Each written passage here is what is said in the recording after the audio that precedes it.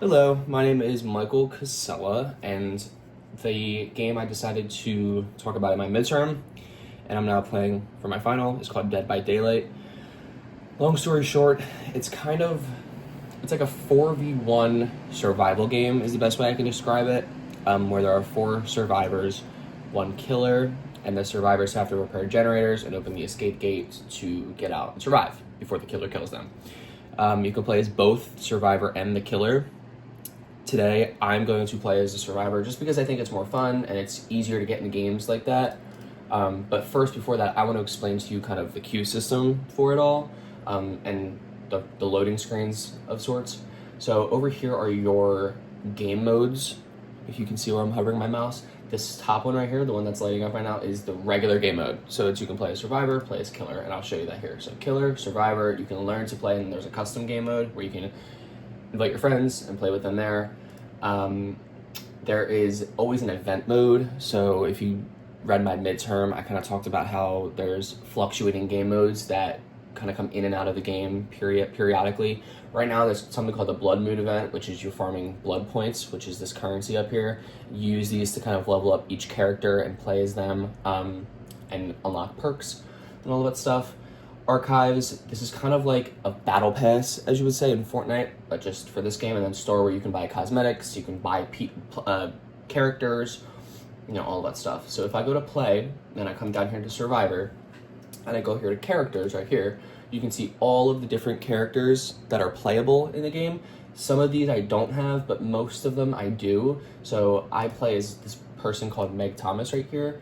If I go to loadout, these are perks, right? So each perk does something different, brings in a certain strength within the game.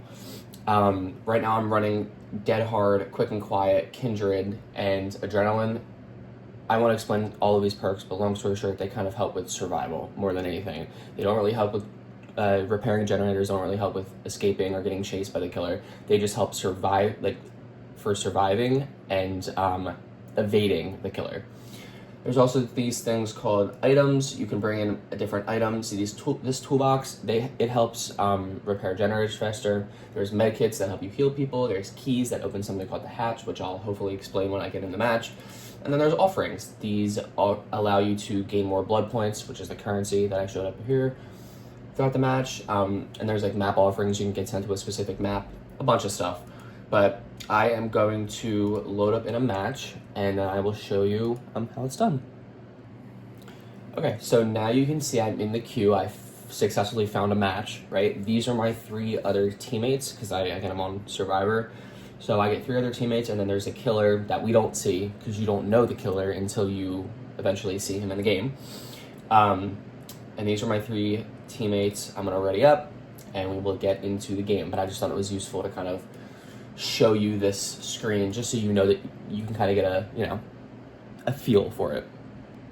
So now as you load into the game, especially this is great for beginners, they show these tips right here, just to kind of, give beginning players kind of a feel for what they're going to get into. So now we loaded into the Toba Landing, which is a specific map. There's, I think, 25 maps in this game that you can load into. It's all random. So now I'm going to not run, because if I run, it shows the killer where I'm at, because it's something called scratch marks that you leave behind when you sprint. So now that heartbeat just showed up on my thing. That means the killer is getting near, but it went away, so now that means he's going somewhere else. I have to run this way because the killer's on me. He's right there. He chose to follow a different survivor, so now I'm gonna go over here and hopefully find a generator to work on.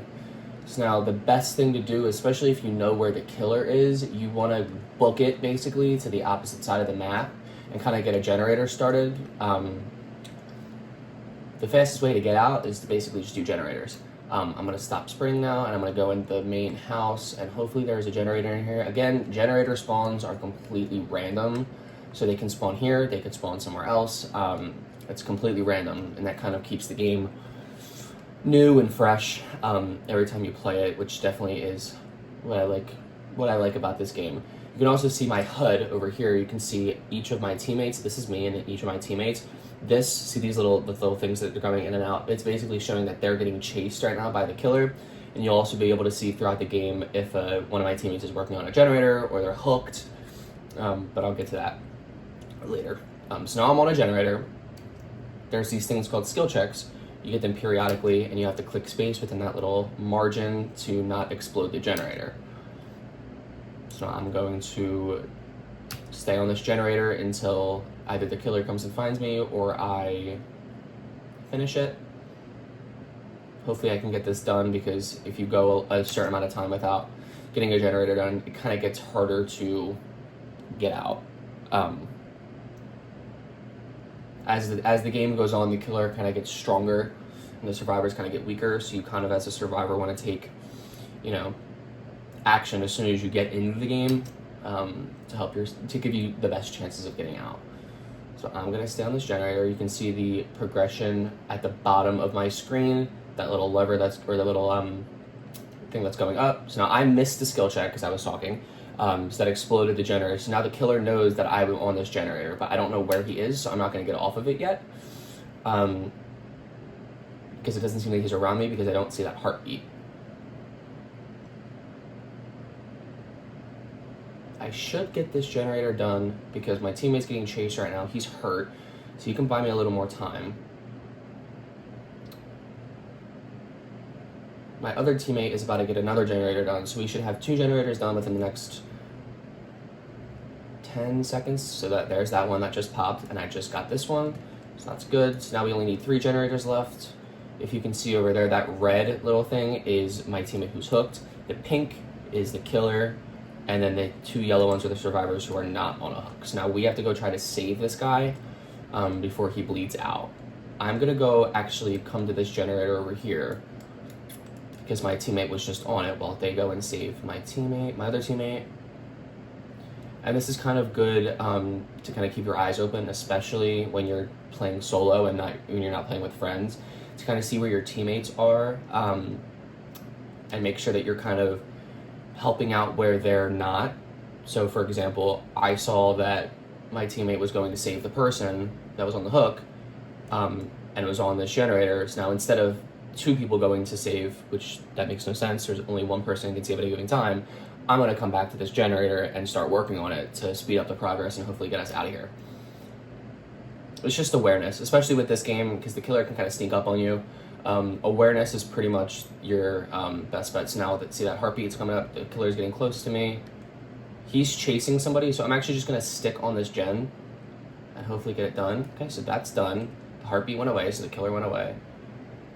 This game is also especially hard without headphones. So now my teammate's here, so I'm gonna heal them.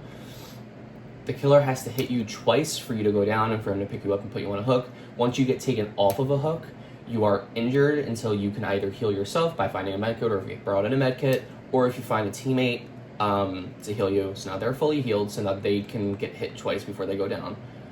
One of my teammates is down, he just got picked up. So now I'm gonna go for this hook save just to show you how to do it. So now my teammates should recognize that I'm going for the save. This guy might get it before me. But if he doesn't, so you can see the killer walking by me right there. He's already got that save. I'm actually gonna go this way and see if there's a generator in this back corner, because there's nobody over here, and I kind of want to make sure that we don't, get ourselves into a little sticky situation.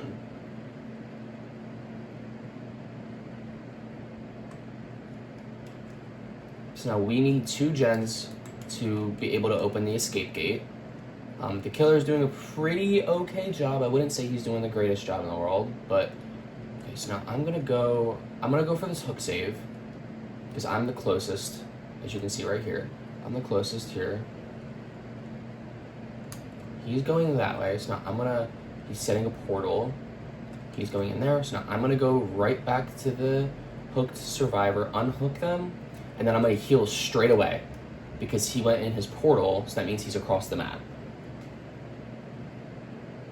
You want to make sure, one of the big things about this game is you want to make sure that you are healed most of the time, because as you know, the weaker you are physically, the easier the killer is going to have, the easier time the killer is going to have trying to chase you. So now the killer's on me. I have to start running.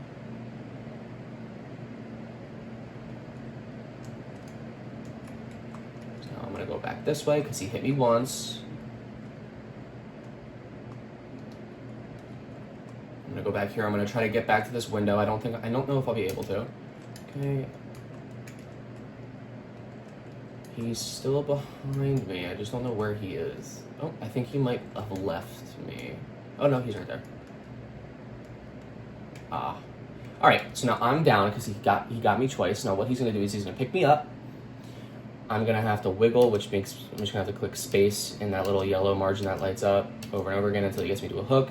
If he can't get me to a hook, which he will, but if he can't get me to a hook by the time I am able to wiggle out, I can wiggle off of his shoulders. But right now, I'm just kind of sitting here with a hook in my back, waiting for my 3 survivors to come get me. And we still need 2 generators to be able to power the escape gate. So now I'm gonna kind of spam crouch to hopefully have her heal me. Great.